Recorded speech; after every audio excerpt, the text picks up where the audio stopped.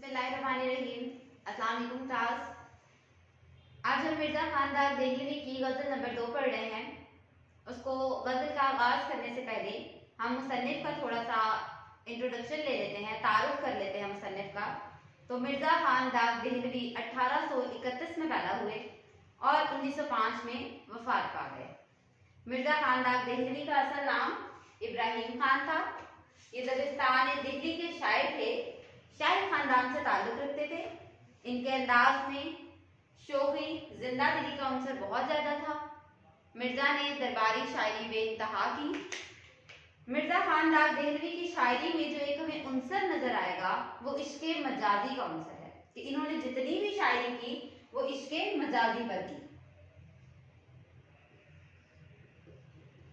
मिर्जा ने सिर्फ और सिर्फ गजलियात कही और वो तमाम की तमाम गजलियात इश्के मजाजी पर मबनी है। दाग को क्यों मिटाए देते हो, दाग को क्यों मिटाए देते हो, दिल से हो दूर ये वो दाग नहीं। मिर्जा यहाँ पर अपने बारे में एक बात बहुत पहले ही बता गए कि मैं वो दाग हूँ जो लग जाने के बाद कभी भी नहीं मिटेगा, कि आप जितनी मर्जी कोशिश कर लेंगे लेकिन मेरा नाम कभी भी सफ़ाए हस्ती से गायब नहीं हो सकेगा। मेरा नाम सफ़ाए हस्ती में लिख दिया गया है और उसी में हमेशा के लिए लिखा रहेगा। और वो ये बात अपनी गज़लियात में अपने अशार से पहले ही करके जा चुके हैं। क्यों दाग देहलवी की जुबान मुस्तनिद ना हो, क्यों दाग देहलवी की जुबान मुस्तनिद ना हो, पैदा किया खुदा ने उसे तख्तगाह में। अब इस शेर का मतलब है कि वो शाही खानदान से ताल्लुक रखते थे, वो शाही घराने में पैदा हुए हैं, तो जैसे ही उनकी पैदाइश हुई वो पैदा ही शाही खानदान में हुए हैं, इसीलिए उन्होंने दरबारी शायरी की। जितनी भी हमें उनके अशार मिलेंगे वो दरबारी शायरी है। उन्होंने हुक्माना अंदाज में शायरी की है, तख्त नशीन थे, तख्त मिला उन्हें हर सहूलत जिंदगी की मैसर थी, इसीलिए उनकी शायरी में एक नवाबी लहजा भी हमें देखने को मिलता है। अब हम आगे बढ़ते हैं और इस गजल का आगाज करते हैं। इसका पहला शेर देखिए। खातिर से या लिहाज से मैं मान तो गया, खातिर से या लिहाज से मैं मान तो गया, झूठी कसम से आपका ईमान तो गया। अब शायर इसमें क्या कह रहा है? शायर सबसे पहले इसका मफहूम देखने से पहले आप ये बताएं गजल है क्या। गजल जब कोई आशिक अपने महबूब से कोई बात कहना चाह रहा हो और वो दर्दमंदाना अंदाज में वो बात जब उसके मुंह से निकलती है तो उसे हम गजल कहेंगे। इसी तरह से जैसे गजल के अगर हम मानी देखें तो वह है जख्मी हिरन की फरियाद। तो हिरन जब जख्मी होती है तभी चीखती चिल्लाती है। इसी तरह से जब आशिक अपने महबूब के सितम सहता सहता तंग आ जाता है तभी आहो फरियाद करता है, तो तभी गजल आती है। और गजल में हम जब भी गजल कहेंगे उसमें हमें महबूब को बेवफा, जुल्म सितम करने वाला बनाना जरूरी है। हम महबूब को बावफा बना ही नहीं सकते, क्योंकि जब महबूब बावफा हो जाएगा, कोई शिकवा शिकायत नहीं रहेगी, कोई आओ फरियाद नहीं रहेगी, तो फिर गजल लिखी ही नहीं जा सकती। गजल लिखने का जो सबसे पहला असूल है वो है महबूब को बेवफा होना जरूरी है, महबूब का जालिम होना जरूरी है, महबूब का दगाबाज होना जरूरी है। अब इसका शेर देखिए। खातिर से या लिहाज से मैं मान तो गया, झूठी कसम से आपका एतबार तो गया। अब इसके मफहूम की तरफ चलते हैं। ए महबूब, मैंने लिहाज में कसम का एतबार किया मगर तुमने अपना ईमान खराब किया, कि ए मेरे महबूब तुमने जो मुझे बात की मैंने मान ली।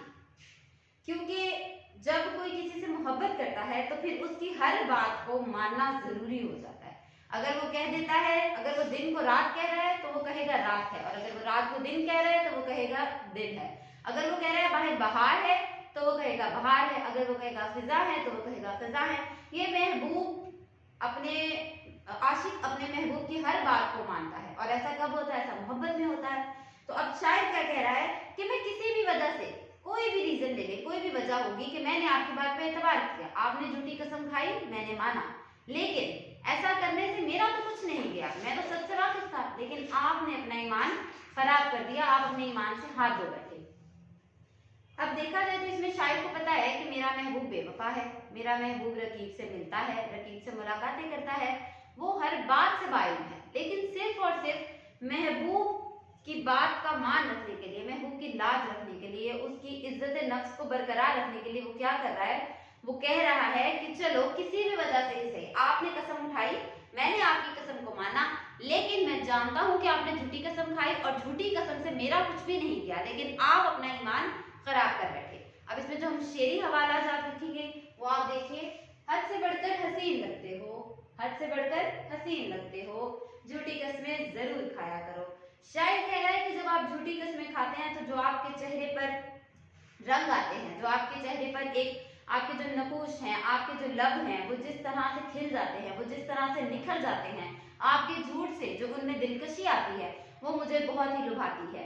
तो आप क्या किया करें, आप झूठी कस्में जरूर खाया करें, क्योंकि झूठी कस्में खाते हुए आप मुझे बहुत ही ज्यादा खूबसूरत लग रहे हैं। और ये नेचुरल कुदरती बात है कि आपको सच पता है और आपके सामने कोई झूठ बोल रहा है तो आप उस चीज को बहुत इंजॉय करते हैं, आप बहुत ज्यादा लुत्फानंदोज होते हैं कि ठीक है यार देखो कितनी एक्टिंग से ये बंदा मेरे सामने झूठ बोल रहा है, जबकि मैं तो हकीकत से वाकिफ हूँ।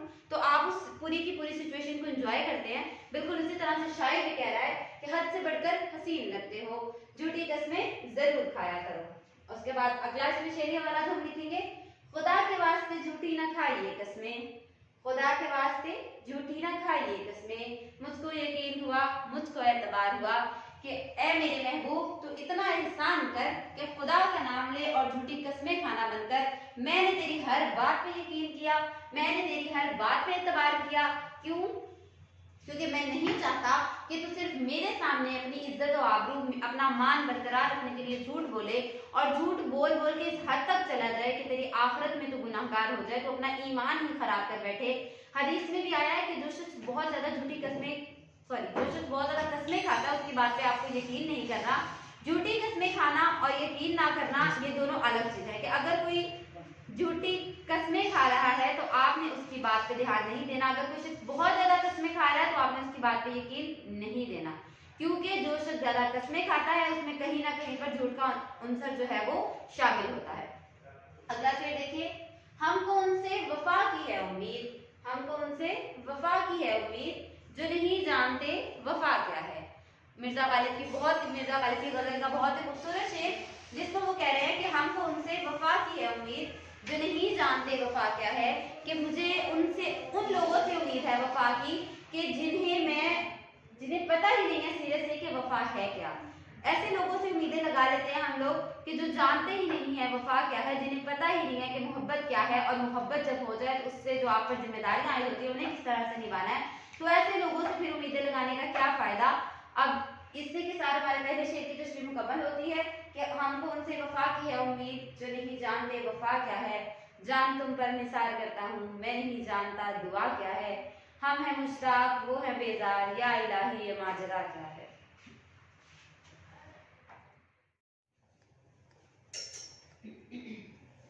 अब इसका दूसरा शेर देखेंगे हम।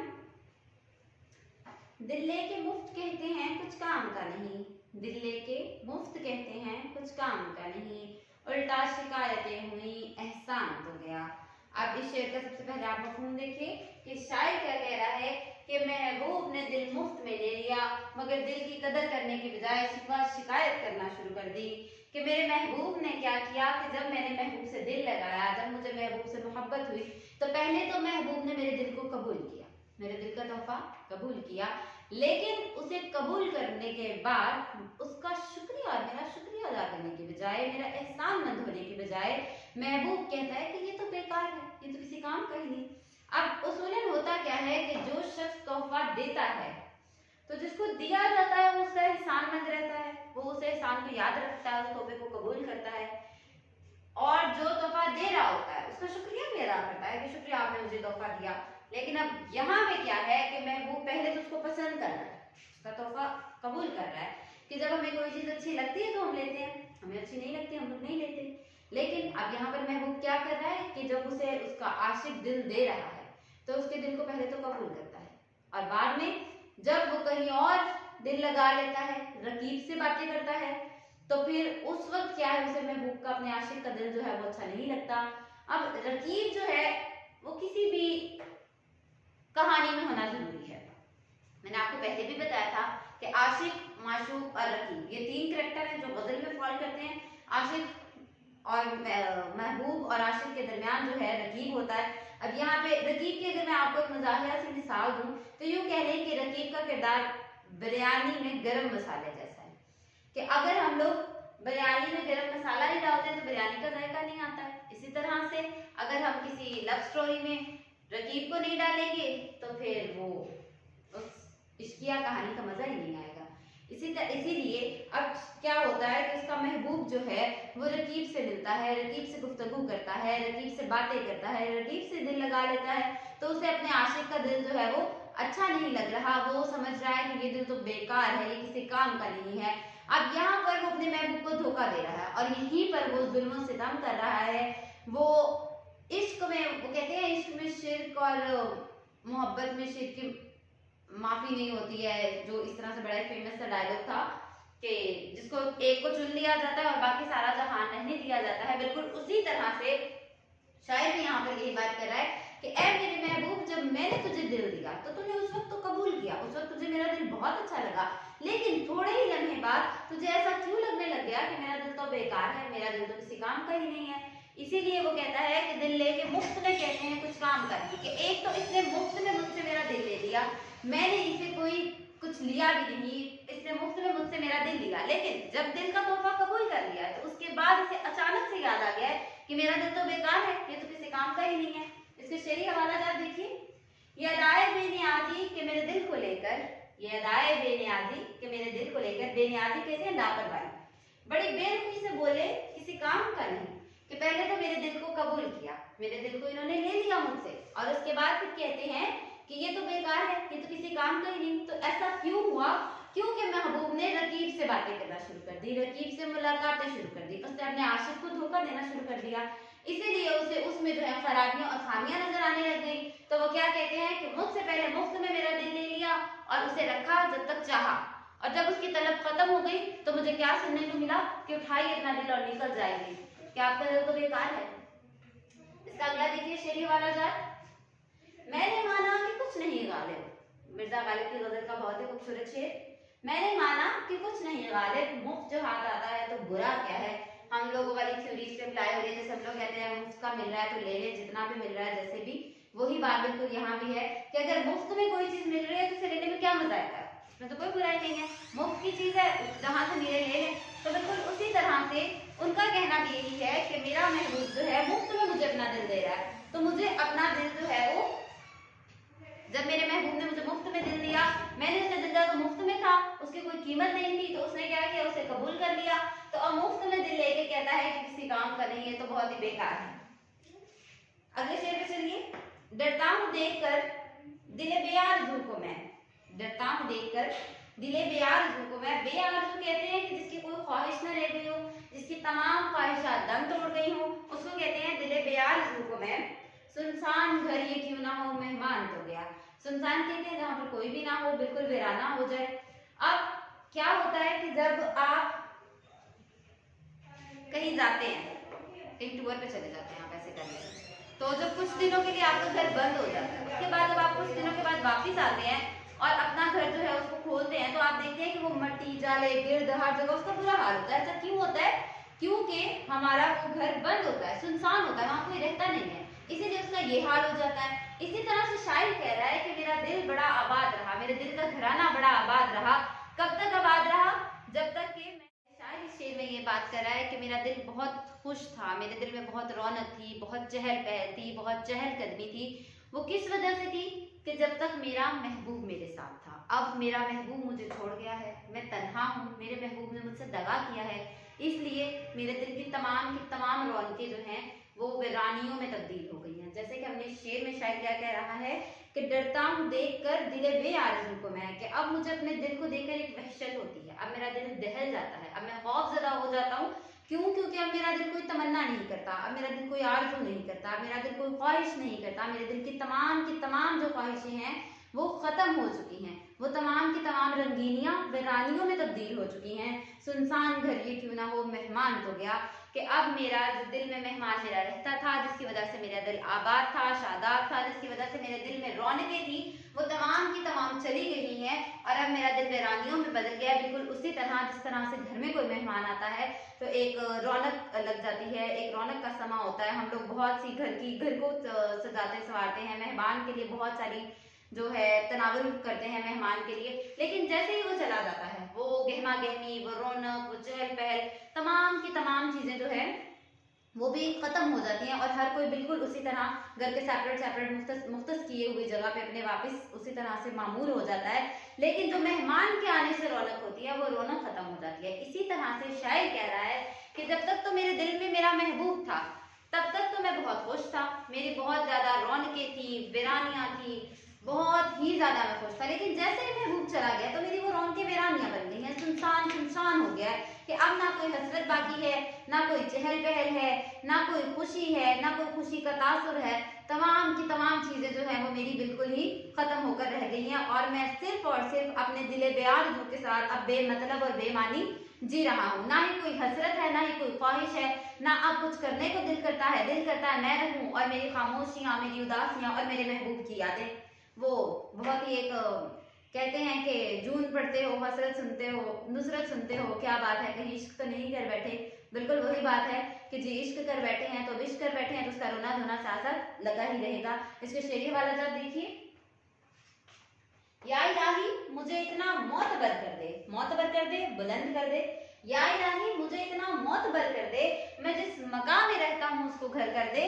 मकान कहते हैं कि जिस गैराबाद, और घर कहते हैं आबाद, जहाँ लोग रहते हैं। मकान से होता है सिर्फ ईंटों से बन गया तो वो मकान है, लेकिन जब उसमें रिहाइश आ जाती है तो फिर वो घर बन जाता है। तो अब शायद यहाँ पर रब्बे ताला से क्या बात करता नजर आता है कि या इलाही मुझे इतना मोतबर कर दे, कि मुझे इतना बुलंद कर दे, मेरा रुतबा इस कदर बढ़ा दे कि मैं जिस मकान में रह रहा हूँ उसको घर कर दे, कि मेरे मकान को मेरा घर बना दे। या इलाही मुझे इतना सुकून दे कि मैं भी हंसी खुशी अपनी जिंदगी गुजार सकूं और मैं अपनी जिंदगी में अपने महबूब के साथ वो तमाम चीजें जो है लुत्फानंदोज हो सकूं जिंदगी की रंगीनियों से। तो ऐ मेरे खुदा मुझे इतना मोतबर कर दे। अगला शेर देखिए, दिल से रुखसत हुई कोई ख्वाहिश, दिल से रुखसत हुई कोई ख्वाहिश, गिरिया कुछ बेसबब नहीं आता। गिरिया कहते हैं रोना धोना।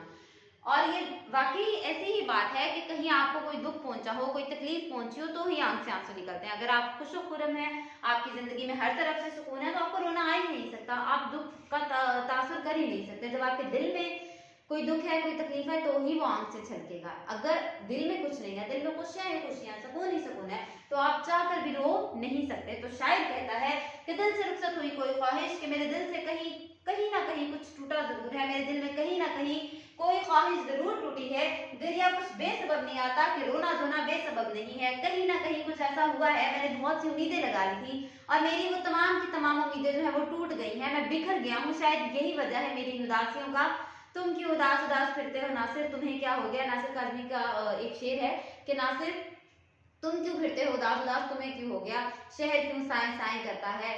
कि बात वो है कि तुम तो खुश हो, और बात वही है कि अगर आप खुश हैं, आपका इनर, आप अंदर से अंदरूनी तौर पर आपका दिल खुश है, तो फिर आपको बाहर की खुशियां भी खुशियां लगती हैं। लेकिन अगर आपका दिल टूटा हुआ है, आपके दिल में उदासियां हैं, वीरानी हैं, तो बाहर भी आप जितनी मर्जी खुशी है, शादियाने हैं, आप उसको महसूस ही नहीं कर सकते।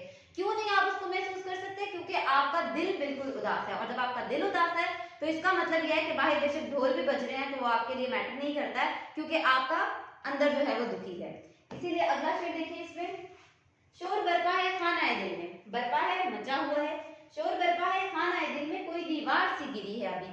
कि जैसे कभी कोई हादसा हो जाता है, कहीं कोई इमारत गिर गई है, दीवार गिर गई है, कुछ भी ऐसा वाकया हो गया है, तो क्या होता है जी, एक शोर, एक गहमा गहमी मच जाती है, तमाम लोग इकट्ठे हो जाते हैं, एक दूसरे की मदद के लिए उसको बचाते हैं, एक कोहराम सा मच जाता है। बिल्कुल उसी तरह से शायर कह रहा है कि शोर बरपा है खानाए दिल में, खानाए दिल के दिल के किसी हिस्से में, दिल के किसी कोने में। शायर क्या कह रहा है कि शोर बरपा है खानाए दिल में, कि दिल के किसी हिस्से, किसी कोने में शोर बरपा है, और ये शोर बेवजह नहीं है, इसकी वजह क्या है, कोई दीवार सी गिरी है अभी। और ये दीवार कौन सी गिरी है? ये दीवार वो गिरी है जो महबूब के लिए उसने बनाई थी, जो महबूब के लिए उसने महबूब की मोहब्बत में बनाई थी, वो दीवार जो है वो गिर गई है। और वो दीवार गिरने का शायर को इतना दुख है कि अब उसे हर तरफ अपने दिल में एक कोहराम सुनाई दे रहा है, और वो कोई कोहराम खुशी का नहीं है, बल्कि महबूब के धोखे का है, महबूब के दगे का है। महबूब ने जो रकीब के साथ मिलकर जुल्म सितम किया है, यहाँ पर दाग देर भी उसी का रोना रोते हमें नजर आएंगे पूरी गजल में। इसी तरह वो कह रहे हैं कि अब मेरा दिल कोई भी